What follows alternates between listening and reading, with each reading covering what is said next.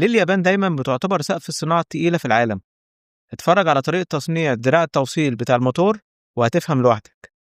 القصة بتبدأ بالقالب نفسه، كتلة حديد مخصوص عالية الجودة، وزنها يقرب من 2 طن، بتتحط على ماكينة تشغيل دقيقة جدا، ويتظبط وضعها بالملي، وتتخرم وتتفرم بمعدات قطع خاصة لحد ما يطلع قالب تشكيل بدقة عالية جدا وتحملات شبه معدومة. ويجهزوا الخام اللي هيطلع منه أجزاء سيخ حديد مصمت بيتقص على المقاس، ويتشال على منطقة التشكيل، ويتسخن لحد ما الحديد يبقى طري وقابل للتشكيل.